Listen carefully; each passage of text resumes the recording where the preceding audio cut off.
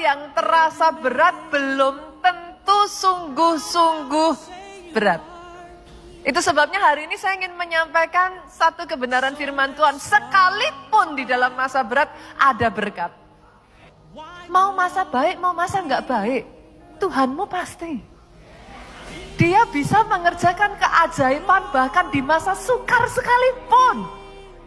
Pegang Tuhan yang pasti.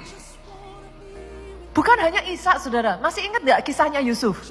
Melalui 7 tahun kelaparan. Tuhan justru angkat Yusuf tinggi. Malah jadi Perdana Menteri. Apa sih yang membuat Ishak ini kok bisa ya Pak? Di masa yang tidak pasti, yang masa yang berat itu. Kenapa? Kok yang lain panennya gagal, dia menuai 100 kali lipat. Kan itu yang kita pelajari. Tadi kita melihat yang pertama gak bisa tidak, saudaraku. Ada berkat Tuhan. Tapi sadarkah juga saudara?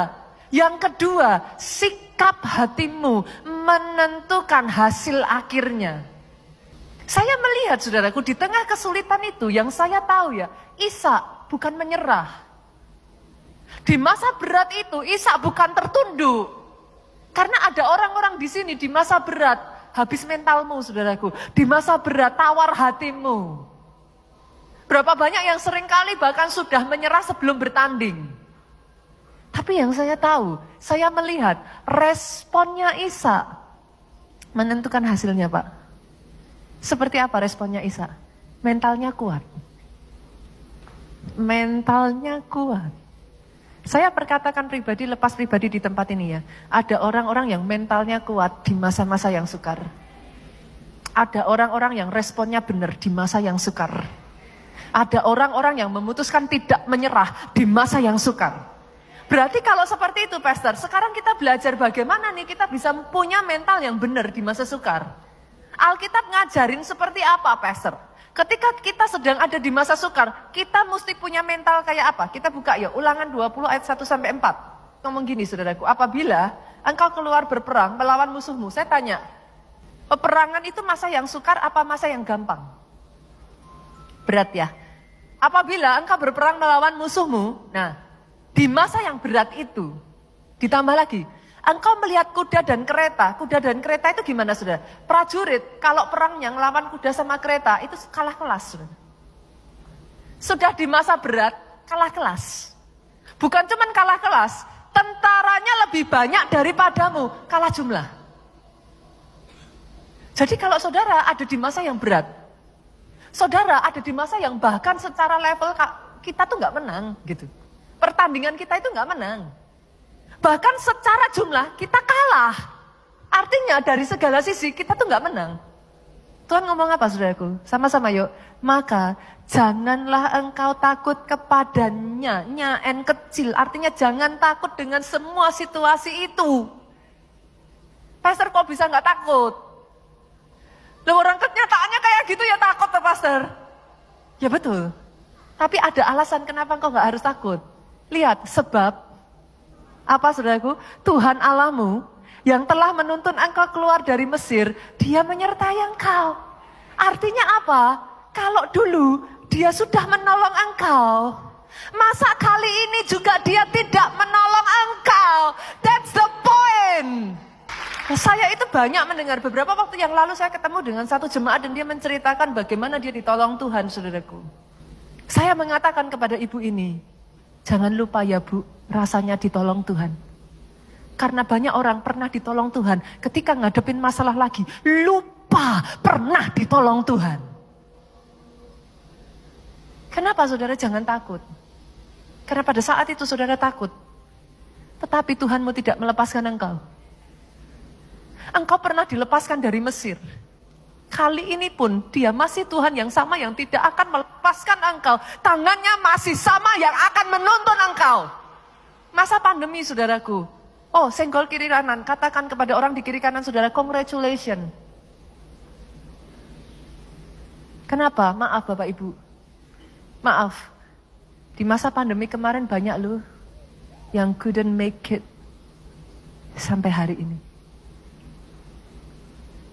Saya tidak tahu apakah ada di antara saudara yang kehilangan orang-orang yang saudara kasih. Tapi hari ini, the fact that you are here, congratulations. Tangan Tuhan tidak melepas engkau. Boleh nggak Bapak Ibu? Jangan jadi orang Kristen yang gampang lupa yuk. Engkau pernah ditolong Tuhan. Kalau kali ini pun kau mengalami hal yang begitu berat, Tuhanmu belum berubah. Itu yang saya tahu. Manusia bisa berubah, Tuhan tetap sama. Bahkan ayat ini berlanjut, saudara. Kita lihat yuk. Ayat ini berlanjut ke ayat yang kedua ya. Kita baca ya.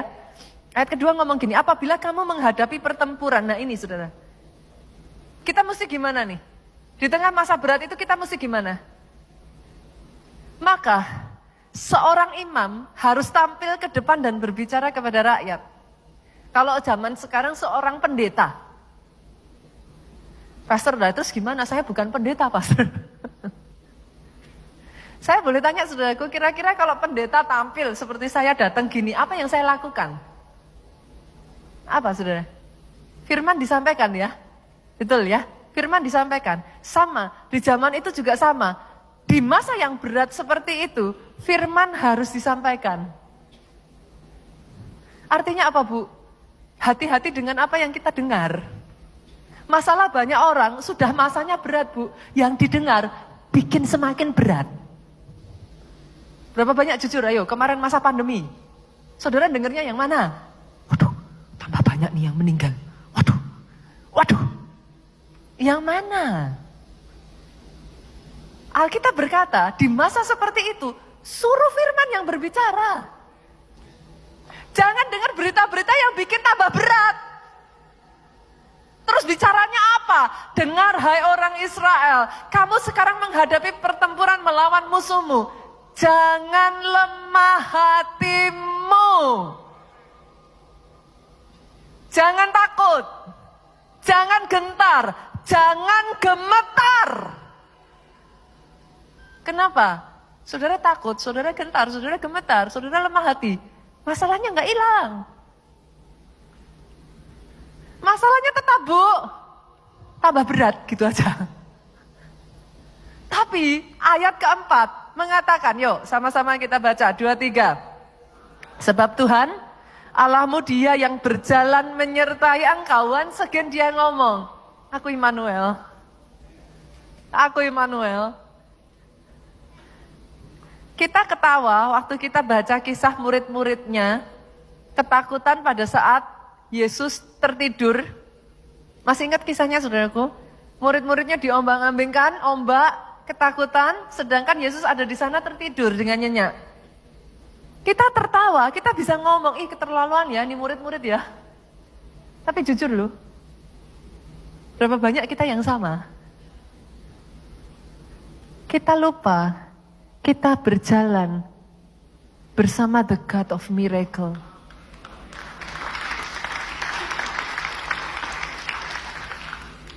Pastor, apakah itu artinya saya nggak boleh takut? Ya takut mah manusiawi aja saudara.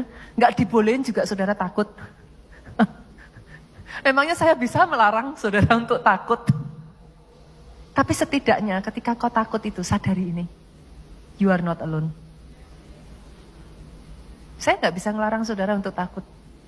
Tapi bersama saudara pada saat saudara takut itu sadari kebenaran ini. Immanuel. Tuhan semesta alam menyertai engkau. Dan hebatnya saudara, Tuhan itu berjalan bersama dengan engkau tuh bukan cuma nganggur saudaraku. Dia bukan cuma topang tangan aja saudaraku, dia bukan santai-santai. Dia berperang melawan musuhmu. Yang menyertai engkau, tidak membiarkan engkau berperang sendirian. Ketika dia berperang, lihat, dengan maksud memberi kemenangan kepada engkau. Dia bermaksud memberi engkau kemenangan. Jangan menyerah. Jangan mundur. Maju.